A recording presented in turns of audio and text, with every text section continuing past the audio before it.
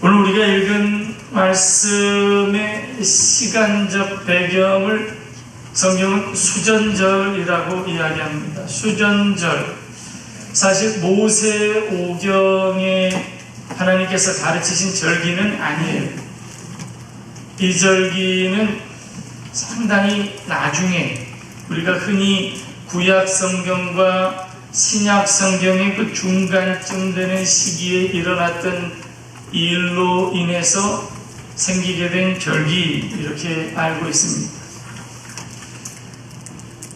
예루살렘이 바벨론에 의해서 멸망된 후에 이 유대 지방은 외세에 의해서 지배를 받았습니다.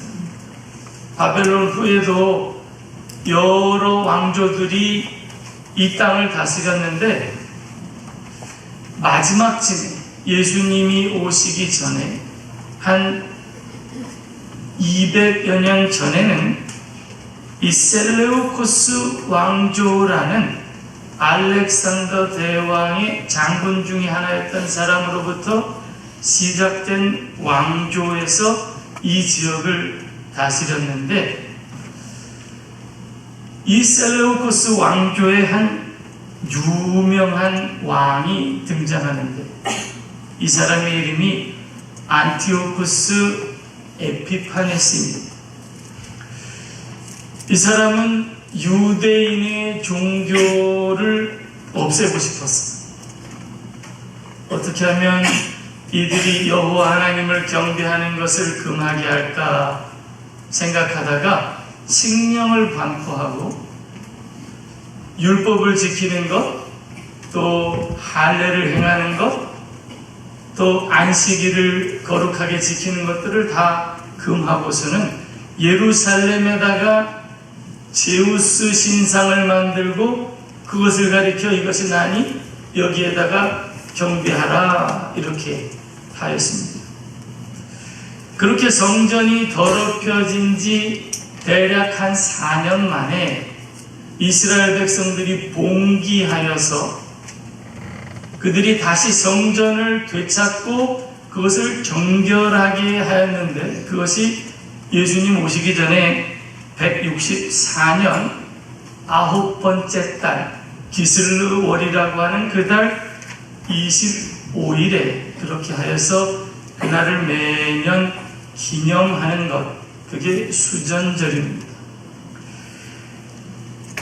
이 수전절은 유대력으로는 9번째 달인데 우리가 사용하는 지금 달력으로는 12월경에 해당해요. 그러니까 겨울이죠. 이스라엘이 마냥 따뜻한 것 같아도 12월 되면 춥습니다. 그래서 성경에서 이때가 수전절이고 곧 겨울이다라고 겨울임을 밝혀두는데, 그러하기 때문에 아마도 예수님이 바깥바람이 쌀쌀해서 성전 안에 솔로몬의 행각에서 거니셨다, 이렇게 이야기했지만 사실 영적으로는 이 시기가 여전히 추운 계절, 이스라엘 백성들에게 아직 추운 계절임을 암시하는 그런 문구가 아닐까 싶습니다. 그들이 외세의 위협으로부터 자유를 얻었다고 기뻐하는 절기이지만 아직도 여전히 로마의 지배하에 있는 이들, 그래서 진정한 자유를 구하지만 알지 못해 여전히 메시아를 기다리던 그들 앞에 예수님이 서 계십니다.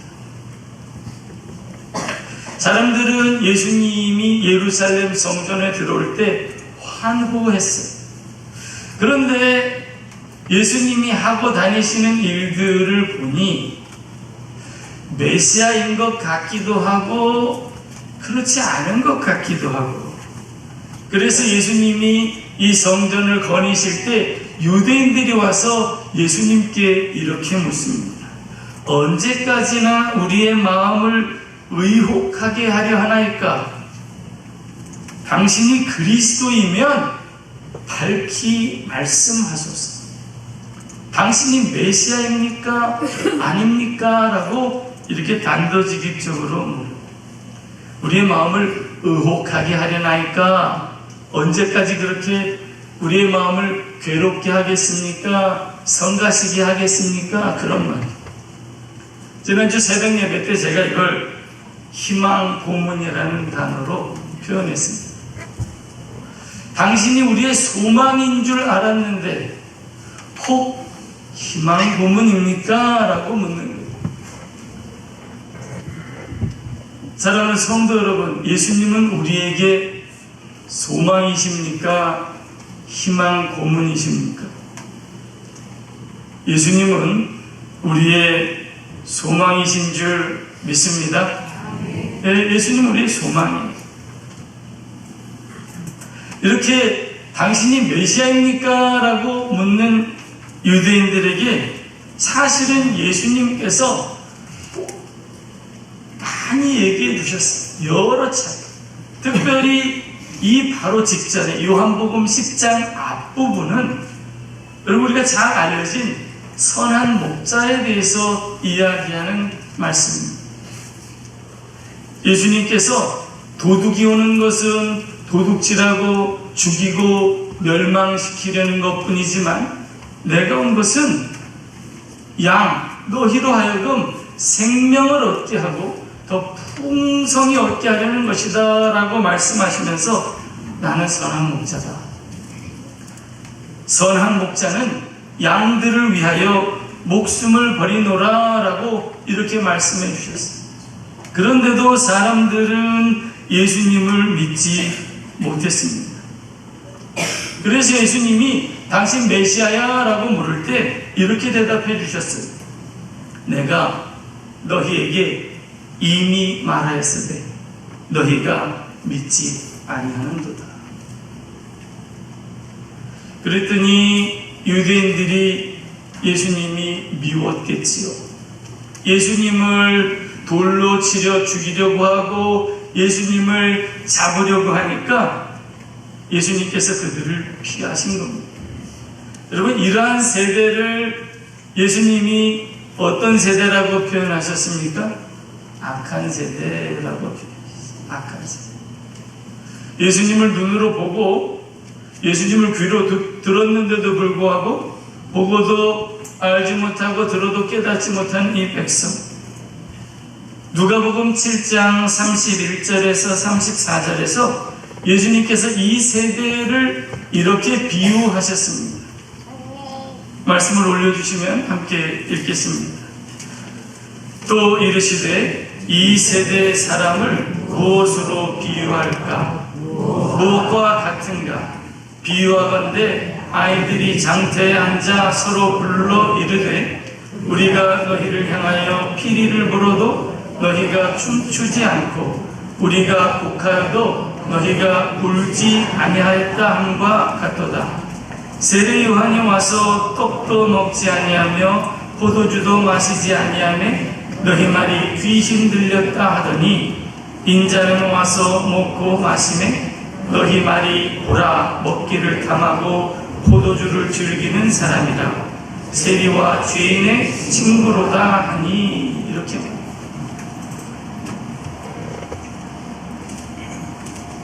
참 재미있는 표현이죠.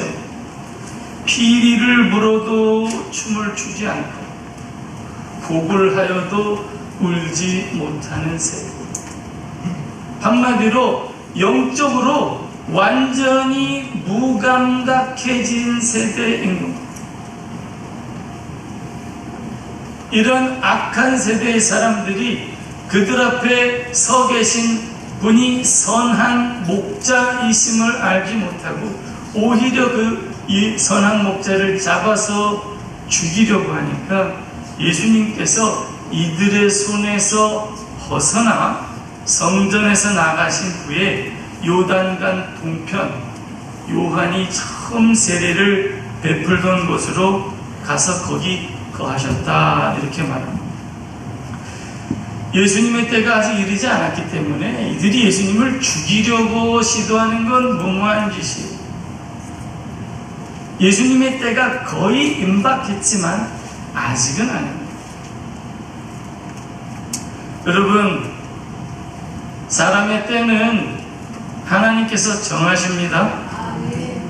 여러분의 때도 하나님께서 정하세요. 그때까지는 하나님께서 붙들고 계십니다. 세상이 우리를 어떻게 위협하더라도 생명의 주관자는 하나님이시기 때문에 하나님의 때에 이르기까지는 하나님께서 붙들고 계세요. 이 사람들은 아직 그걸 알지 못했어요. 자기들이 마음대로 예수님을 죽일 수 있다고 생각했을지 몰라요. 여러분, 이러한 사실은 또한 우리에게 어떠한 깨우침을 주는가? 여러분, 우리가 함부로 우리의 목숨을 버려서는 안 되겠습니다. 함부로 우리의 건강을 베쳐서는 안 되겠습니다. 어차피 죽을 목숨이니까 뭐 이때 죽으나 저때 죽으나 그렇게 할 것이 아니라, 여러분, 우리에게 맡겨진 사명을 다 감당할 때까지는 혹 우리에게 위협이 찾아오면 피하는 것이 지혜로운 겁니다. 그것이 어떠한 상황이든지 여러분, 내게 남은 사명을 감당하기 위해 내 몸을 돌봐야 할 때가 분명히 있는데, 여러분, 그럴 땐 한 걸음 뒤로 물러나실 수 있는 지혜가 있으시기를 축원합니다. 예수님께서 그렇게 하셨어. 이런 걸 우리가 리트릿이라 그래요. 두 걸음 더 나아가기 위해서 잠시 한 걸음 뒤로 물러서는 거예요. 그러나 기억하셔야 합니다. 두 걸음 더 나아가기 위해서 한 걸음 물러나는 것이지 영영 뒤로 물러가기 위해서 그러는 것이 아니라는 거예요. 우리는 뒤로 물러가 멸망에 빠질 자들이 아닙니다.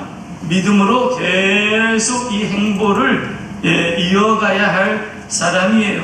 그래서 우리가 끝까지 이 일을 감당하기 위해서 지혜로워야 한다는 말입니다. 그런데 예수님은 그렇게 물러가 계실 동안에도 자신의 사명을 잊지 않으시고 거기에 합당한 사역을 하셨다는 것을 이제 우리가 알게 됩니다. 요단강 동편, 예수님이 요단강을 건너가셨는데 그곳을 요한이 처음으로 세례를 베풀던 곳이다, 이렇게 말해요. 예수님의 공생애를 시작하실 때 세례를 받으시던 그곳에 예수님께서 그의 공생애를 마무리하는 아주 이 중요한 시기에 다시 찾아오심으로써 우리로 하여금 세례 요한을 주목하게 하십니다. 놀라운 건 예수님을 보고, 그 장소가 장소이니만큼 예수님을 보고 사람들이 요한을 생각해냈어요. 그리고는 이렇게 오늘 우리가 읽은 말씀대로 이렇게 이야기했습니다. 요한은 아무 표적도 행하지 아니하였으나 요한이 이 사람 예수를 가리켜 말한 것은 다 참이었더라. 그리고 요한복음 10장을 이렇게 맺습니다. 그리하여 거기서 많은 사람이 예수를 믿으니라. 아멘. 참 멋있는 거예요. 요한은 참 멋있는 사람이에요. 우리가 따라야 할 사람. 예수의 이름을 힘입어 자신을 빛내려 하기보다 겸손히 자신을 들여 예수님을 빛나게 하였던 사람. 당시를 성경이 어떻게 표현했습니까? 생명의 빛 되신 예수님이 세상에 오셔서 그 빛을 어둠에 비추셨으나 어두운 세상이 그를 깨닫지 못하였을 때 하나님께서 보내신 한 사람이 있으니 그 이름이 요한이라. 그가 증언하러 왔으니 곧 그 빛 예수 그리스도에 대하여 증언하러 온 사람이다 라고 말합니다. 그 사명을 신실하게 감당했던 사람입니다. 사람들이 요한이 요단강에서 세례를 베풀 때 찾아와서 물었습니다. 너 누구냐? 너 누군데 천국 복음을 외치며 세례를 베푸느냐라고 묻는 거죠. 근데 요한이 뭐라고 대답했는 줄 아시죠? 나는 주의 길을 예비하기 위해서 광야에서 외치는 자의 소리다. 나는 너희에게 물로 세례를 주거니와 너희 가운데 너희가 알지 못하는 분이 계시니 그가 내 뒤에 와서 성령과 불로 너희에게 세례를 베푸시리라. 이렇게 말하면서 나는 그의 신발끈을 풀기도 감당하지 못하겠노라. 이렇게 말한 사람이 바로 요한입니다. 너희 가운데 메시아가 계시나 너희가 보고도 알지 못하고 듣고도 깨닫지 못하는 그분을 위하여 그분의 길을 준비하러 온 사람이 다 나 요한이다. 이렇게 이야기하면서 회개하라, 천국이 가까웠느니라 이렇게 선포했는데 사람들은 그를 옥에 가두고 죽였습니다. 오늘 우리가 읽은 요한복음 10장의 결론 부분에서 기적을 많이 행하신 예수님이 대조적으로 아무 기적도 행하지 않은 요한을 드러나게 하시는데, 여러분 여기에 우리의 삶에 대한 하나님의 가르침이 있다는 것을 우리가 함께 나누길 원합니다. 예수님은 과연 요한을 누구라고 말씀하셨을까? 예수님이요, 요한을 칭찬을 하셨어요. 아주 훌륭하게 칭찬하셨어요. 뭐라고 말씀하셨냐면 선지자보다 훌륭한 사람이다. 또 이사야 선지자가 예언한 사람이 바로 이 사람입니다. 그리고 더 나아가서는 여자가 낳은 자 중에 요한보다 큰 자가 없다. 이렇게 말씀하셨어요. 다시 말해서 인간으로 태어난 사람 중에 요한보다 큰 사람이 없다. 요한이 가장 큰 사람이다. 이렇게 말씀했던 사람이 요한이다. 그런 요한이 지금은 죽고 없는데 예수님께서 그 요한이 세례를 베풀었던 곳에 오십니다.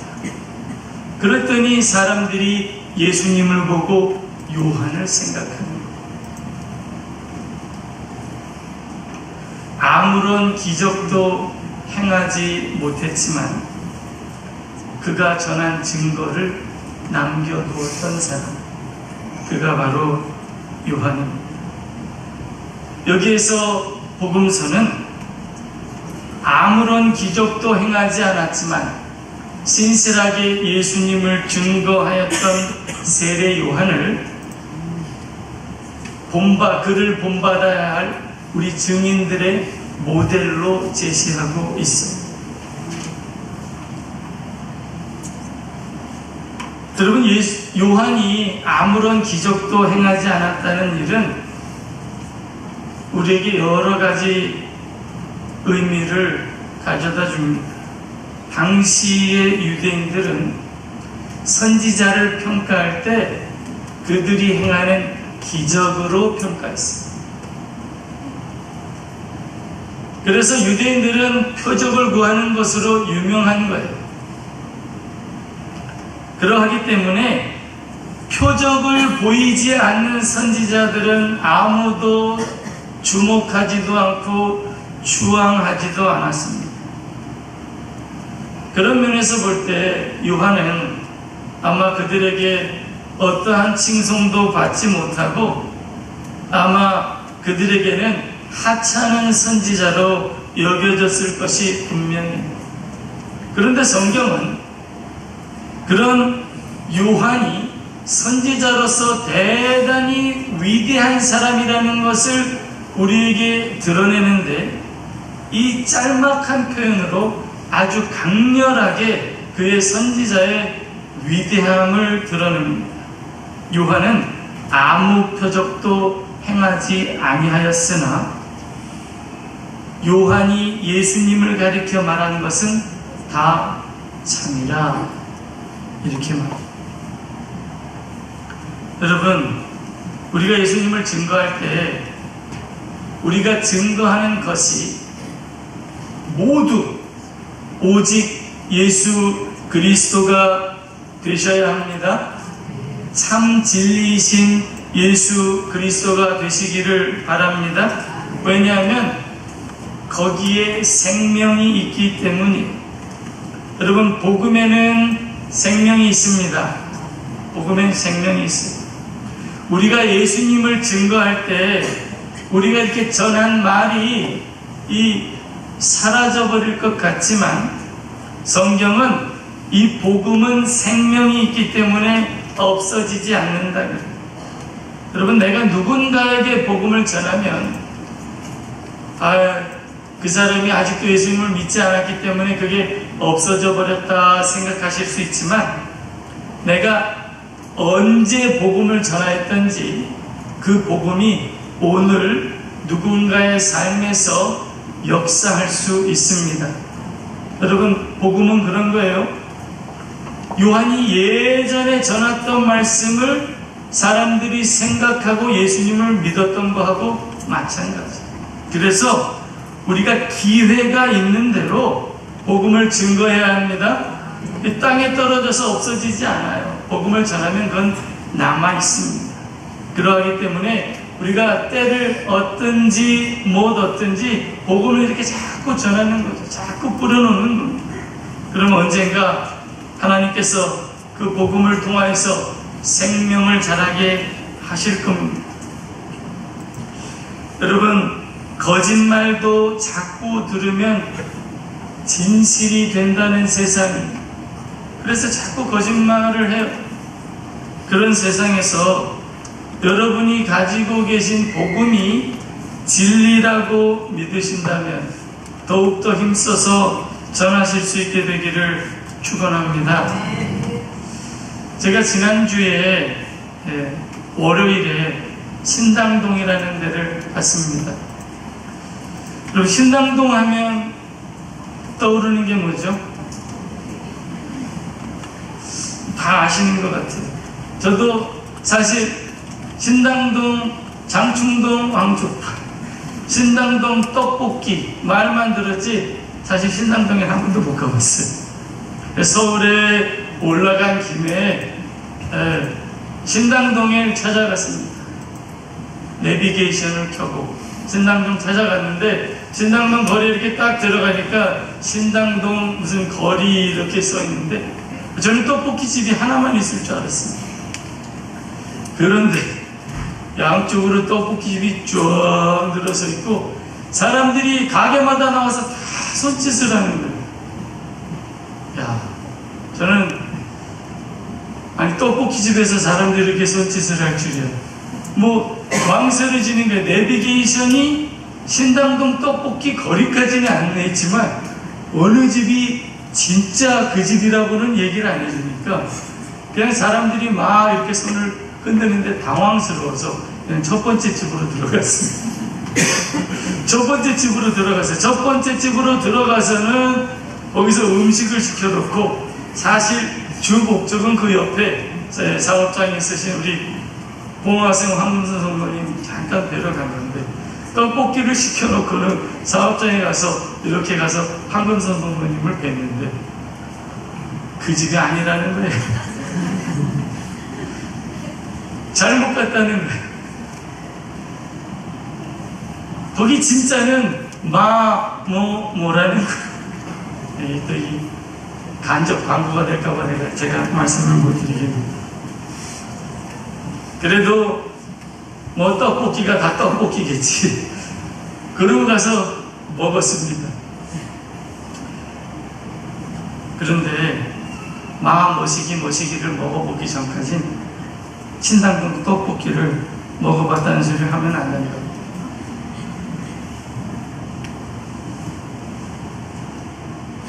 다음에 가면 한번 먹어봐야겠습니다. 사랑하는 성도 여러분, 세상이 소망을 구하는 사람들에게 손짓합니다. 여기에 소망이 있다. 제가 안타까웠던 게 뭐냐면, 제 기억으로는 그 마음 모시기는 나와서 손짓을 안 하더라고요. 그렇게 유명한 데는 한 10명쯤 나와서 더 눈에 띄게 손짓을 해야 될 텐데, 그렇게 안 해도 사람들이 많이 오니까 약간 배짱정상근 더 나와서 했어야 되는. 우리가 믿고 있는 이 소망이 참 소망이라면, 소망을 찾아 헤매는 사람들에게 우리가 손짓할 수 있게 되기를 바랍니다. 수도 없이 많은 사람들이 이리로 오라고 손짓해서 혼란스러운 이 시대, 참 복음, 참 소망을 가진 저희들이 예수 그리스도께서 참 소망이시다 증거해야 할 줄 믿습니다. 그런 믿음 아무나 갖는 것 같지만 사실 그렇지 않아요.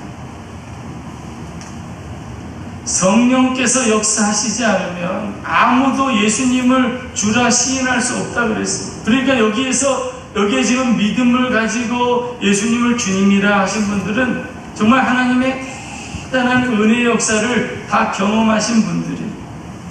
이 자리에서 예수님을 주님이라고 부를 수 있는 믿음을 여러분에게 주셨다면, 여러분들도 요한처럼 여러분들이 혹 무슨 기적을 행하거나 그러지 못하시더라도 요한처럼 예수님을 증거하시기를 축원합니다. 기적은 누구나 행할 수 없겠지만 복음은 누구나 전할 수 있습니다. 사실 기적은, 사람들이 말하는 기적은, 기이한 일들은 복음을 드러내기 위한 수단이지 목적이 아닙니다.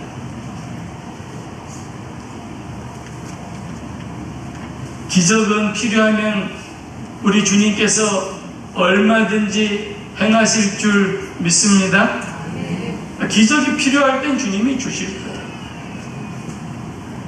그러나 기적은 주님이 필요할 때 행하실 일이니 우리는 겸손히 주님의 복음만 전하면 될 것입니다. 소망을 구하는 세상에게 여러분 다시 한번 권면합니다. 혹 기적을 행하지는 못하나 예수님을 증거하는 성도들이 되시기를 주님의 이름으로 축복합니다. 그러면 우리의 그 증거를 통하여서 하나님께서 구원의 은혜를 베푸실 줄 믿습니다.